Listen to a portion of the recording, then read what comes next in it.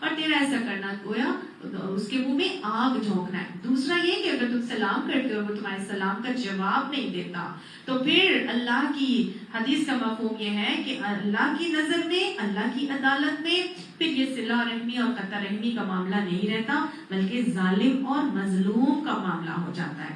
وہ جو سلام کر رہا ہے وہ مظلوم ہو جائے گا، اور جس نے سلام کا جواب نہیں دیا وہ ظالم بن جائے گا۔ اور پھر یاد رکھیے گا پھر قیامت کے دن سب سے زیادہ کڑا محاسبہ اور کڑا جو سزا ہے وہ کس کو دی جائے گی؟ وہ ظالم کو دی جائے گی۔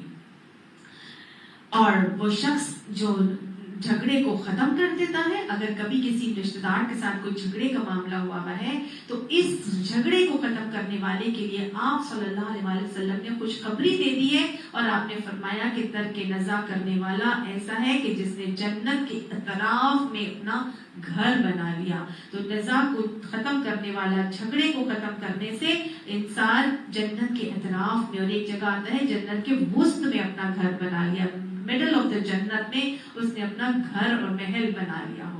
لیکن جو قطع رحمی کر لیتا ہے، جو قطع رحمی کر کے چلتا ہے، محرم کے رشتوں کو جوڑنے کے بجائے کاٹ کے چلتا ہے، اس کے لیے کیا ہے؟ آپ نے اس کے لیے فرما دیا تھا لا يدخل الجنت قاطع، قطع رحمی کرنے والا جنت میں داخل نہیں ہو سکتا۔ ایک دن آپ صلی اللہ علیہ وسلم بیٹھے ہوئے تھے اور آپ صحابہ کرام کے درمیان، تو آپ نے فرمایا قطع رحمی کرنے والا ہماری مجلس میں نہ بیٹھے۔ تو ایک صحابی اٹھے اور انہوں نے فرمایا کہ میں اپنی خالہ سے ناراض ہوں۔ آپ نے فرمایا کہ پھر تمہیں یہاں بیٹھنے کی اجازت نہیں ہے، جاؤ اور جا کر خالہ کو منا کر آؤ۔ وہ گئے، جا کر اپنی خالہ کو منایا اور پھر آ کر بیٹھے، تو آپ صلی اللہ علیہ وسلم نے فرمایا کہ یہ میں نے اس لیے کیا تھا کیونکہ قطع رحمی کرنے والا جس مجلس میں بیٹھتا ہے اس مجلس میں اللہ کی رحمت نازل نہیں ہوتی۔ تو جس مجلس میں قطع رحمی کرنے والا بیٹھا ہو اس مجلس میں اللہ کی رحمت نازل نہیں ہوتی، تو جس شخص نے قطع رحمی کی ہوگی اس کے بارے میں کیا خیال ہے؟ اس کو اللہ کی کتنی رحمت مل رہی ہوگی۔ اور اگر کوئی شخص اللہ کی رحمت سے محروم ہو گیا تو اس کے لیے آپ صلی اللہ علیہ وسلم نے کیا فرمایا تھا کہ میں بھی اللہ کی رحمت کے بغیر جنت میں داخل نہیں ہو سکتا، تو لہٰذا اللہ کی رحمت شامل حال ہوگی تو انسان جنت میں جائے گا، لیکن قطع رحمی والا وہ کیسے جا سکتا ہے اللہ کی رحمت سے محروم ہو کر جنت کے اندر؟ اسی لیے لا يدخل الجنت قاطع، قطع رحمی کرنے والا جنت میں داخل ہی نہیں ہو سکتا۔ یہ وہ گناہ ہے کہ یہ کرنے والے کی لیلۃ القدر میں بھی دعا قبول نہیں ہوتی۔ جہاں بڑے بڑے گناہ معاف ہو جاتے ہیں، قطع رحمی کرنے والے کی مغفرت نہیں ہو سکتی لیلۃ القدر میں بھی۔ آپ صلی اللہ علیہ وسلم نے 4 لوگوں کو کے بارے میں بتایا تھا کہ 4 لوگ ایسے ہیں کہ جن کو اللہ تعالیٰ دنیا میں ہی سزا دینا شروع کر دیتے ہیں۔ ان میں سے 4 میں سے پہلا کون ہے؟ والدین کا نافرمان، دنیا میں ہی سزا شروع ہو جاتی ہے۔ حضرت علقمہ کا حال آپ کے سامنے ہے، واقعہ یاد کر لیجئے، بدری صحابی تھے لیکن ماں ناراض تھی اور اس کی وجہ سے کلمہ نصیب نہیں ہو رہا تھا۔ تکبر کرنے والا بھی جو ہے نا، اس کو بھی دنیا سے میں ہی سزا مل جاتی ہے۔ قارون، فرعون، حامان اور یہ ابو جہل آپ کے سامنے، ان کا حال آپ کے سامنے موجود ہے۔ دنیا میں ہی اللہ تعالیٰ تکبر کرنے والے کو سزا دیتا ہے اور آخرت میں تو ملے گی۔ اس کے علاوہ نیک حاکم کے خلاف بغاوت کرنے والا، حاکم نیک ہے لیکن اس کے خلاف اگر کوئی بغاوت کرتا ہے اس کو بھی سزا دنیا میں اللہ دیتا ہے۔ اس کے علاوہ قطع رحمی کرنے والے کی سزا بھی اللہ دنیا میں دیتا ہے۔ سورہ ابو لہب جو ہے اس کے اندر ابو لہب کی سزا سامنے ہمارے ہے کہ اللہ تعالیٰ نے اس کو کاٹ دیا تھا، ٹوٹ گئے ہاتھ ابو لہب کے۔ تو اللہ سبحانہ تعالیٰ کاٹ ہی دیتے ہیں قطع رحمی کرنے والوں کو۔ کس چیز سے کاٹتے ہیں اللہ تعالیٰ؟ جس نے قطع رحمی کی ہوتی ہے اللہ سبحانہ تعالیٰ اس کو بے شمار چیزوں سے کاٹ سکتے ہیں۔ اللہ اس کے لیے رزق کے ذرائع کاٹ سکتے ہیں، اللہ تعالیٰ ہدایت کی نعمت کاٹ سکتے ہیں، اللہ صحت کاٹ سکتے ہیں، اللہ اولاد کی نعمت سے محروم کر سکتے ہیں، وہ کاٹ سکتے ہیں، اللہ سانسوں کی ڈور کو کاٹ سکتے ہیں۔ کتنی چیزیں ہیں جو رب کائنات کے ہاتھ میں ہے، لہٰذا قطع رحمی سے ہم امکان بچنا چاہیے۔ نبی صلی اللہ علیہ وسلم نے تو یہ قرب قیامت کی نشانی بتائی تھی۔ آپ صلی اللہ علیہ وسلم فرماتے ہیں قرب قیامت میں قطع رحمی عام ہو جائے گی۔ خدا را لوگوں کو منا لیجئے، اپنے پیارے جو روٹھے ہوئے آپ سے ان کو منا لیجئے، معاف کر دیجئے، ملیں ان سے، نہ ان کی دعوتیں برپا کریں، محفلیں برپا کریں، ان کی خوشی غمی میں ان کے ساتھ دیں، ان کی ضرورتوں کو پورا کریں، سلام دعا ضرور رکھیں، گاہے گاہے خیریت اور عافیت دریافت کرتے رہا کریں۔ کئی دفعہ ایسے ہوتا ہے ہمارے کچھ ایسے رشتہ دار ہوتے ہیں کہ ہم خود دین پر آ جاتے ہیں اور ہمارے رشتہ دار جو ہیں وہ بہت فسق و فجور کے عادی ہوتے ہیں، تو پھر ایسے لوگوں کے ساتھ کیا کریں؟ ایسے لوگوں کے ساتھ کاٹنا نہیں ہے، ان کے ساتھ خطا نہیں کرنا، عارض الجاہلین کا رویہ اختیار کرتے ہوئے فاعفو واصفحوا کریں ان کے ساتھ۔ ہم نے اللہ تعالیٰ سے جو دعا مانگتے ہیں نا، سورہ جب ہم پڑھتے ہیں وتر پڑھتے ہیں تو اس میں ہم کیا کہتے ہیں؟ وَنَقْلَوْ وَنَتْرُكُ مَن يَفْجُرُكَ، اللہ ہم چھوڑتے ہیں اس تمام چیزوں کو چھوڑتے ہیں جو فسق و فجور والی ہیں۔ لہٰذا اب یہ جو رشتہ دار اگر ایسے آ جائیں گے تو پھر کیا کرنا ہے؟ کہ ان کو کاٹ دینا ہے؟ نہیں، ان کو کاٹنا نہیں ہے، ان کے ساتھ سلام دعا ضرور رکھنے ہیں۔ قُوْ أَنفُسَكُمْ وَأَهْلِيكُمْ نَارًا کے حوالے سے ان کے بہترین ان کی مدد امداد کا معاملہ کرنے ہیں، ان کی ضرورتوں پہ پہنچے، ان کی خوشی غمی میں ان کے ساتھ شامل ہو۔ ہر قسم کے جو 3 معاملات ہیں نا تعلقات کے حوالے سے، وہ تینوں کرنے ہیں، صرف ولایت نہیں کی جائے گی، باقی سب کچھ کرنا ہے۔ اچھا، تبھی تو وہ دین کی طرف آ سکیں گے۔ اور کچھ لوگ ایسا کرتے ہیں کہ اپنے میکے والے رشتہ داروں کے ساتھ تو بڑا بنا لیتے ہیں لیکن ددیال کے ساتھ کاٹ دیتے ہیں۔ بہت ایسے بھی آج کل لوگوں کو دیکھنے میں ملا ہے کہ میکے سے بنا لیں گے لیکن پھپھی وہ تو پھپھی کٹنی ہے، اس کے ساتھ تو بالکل نہیں ملنا، دادی وہ تو جادو ٹونے کرتی ہے، اس کے ساتھ بالکل بھی نہیں ملنے کا معاملہ کیا جائے گا، بس جب تک میں پاس ہوں بس تب تک، باقی یہ جا اور وہ جا، ہسبینڈ گھر سے نکلا اور وہ اپنے بچوں کو کھینچ کے وہ اپنے علیحدہ لے کے چلی جاتی ہے۔ ایسے وہ ہے کہ نہیں؟ بہت گھروں میں ایسے نظر آتا ہے۔ نبی اکرم صلی اللہ علیہ وسلم کا ایسا معاملہ نہیں تھا، ہمارے معاشرے کا یہ حال ہے۔ اور پھر کیا ہوتا ہے ایسے معاملے کے اندر؟ پھر وہ بچے جو ہوتے ہیں اتنی محبت بھرے رشتوں سے دور جب مائیں ان کو کر لیتی ہیں، یہ جو پھپھیاں، یہ دادیاں، یہ اتنے پیارے رشتے ہوتے ہیں۔ مائیں خالاؤں اور نانی کے ساتھ تو خوب بنوا کے رکھیں گی لیکن ان رشتوں کے ساتھ کاٹ ہی دیتی ہیں، اور پھر اولادیں وہ محبتوں سے محروم، اب ادھورے بچے وہ کیا ہوتے ہیں؟ پھر وہ ان کو محبتیں پوری تو مل ہی نہیں ہوتی، تو آج جب وہ بڑے ہوتے ہیں تو پھر وہ محبتوں کو حاصل کرنے کے لیے پھر وہ بوائے فرینڈز بھی بناتے ہیں اور گرل فرینڈز بھی بناتے ہیں، ان کو بھی ان رشتوں کی ضرورت ہوتی ہے اور محبتیں چاہیے ہوتی ہیں کیونکہ وہ محبتوں سے محروم ہوتے ہیں دنیا میں۔ لہٰذا اللہ نے یہ جو رشتے بنائے ہیں، جب جس بچے کو یہ سارے رشتوں کی محبت ملی ہوتی ہے وہ کبھی بھی گرل فرینڈز اور بوائے فرینڈز کے چکروں میں پڑھ کے محبتیں حاصل نہیں کرتا، کیونکہ اس کو تو اپنے خاندان سے پوری محبتیں مل رہی ہوتی ہیں۔ ایسا ہے کہ نہیں؟ نبی صلی اللہ علیہ وسلم کا جھکاؤ زیادہ اپنا ددیال کی طرف نظر آتا ہے، ننیال سے بھی زیادہ۔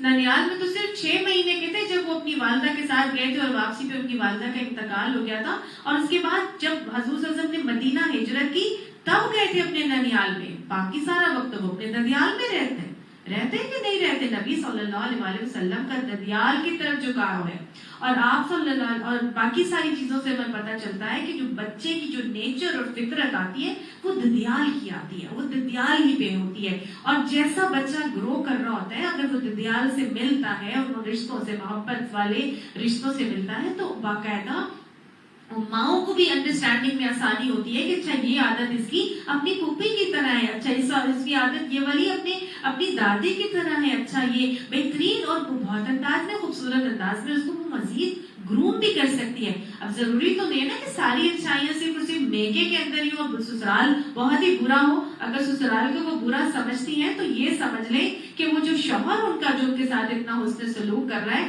وہ اسی ساس ہی کا بیٹا ہے، وہ اسی نند ہی کا بھائی ہے جس کو تم نے اپنے بچوں سے کاٹ کے رکھا ہوا ہے۔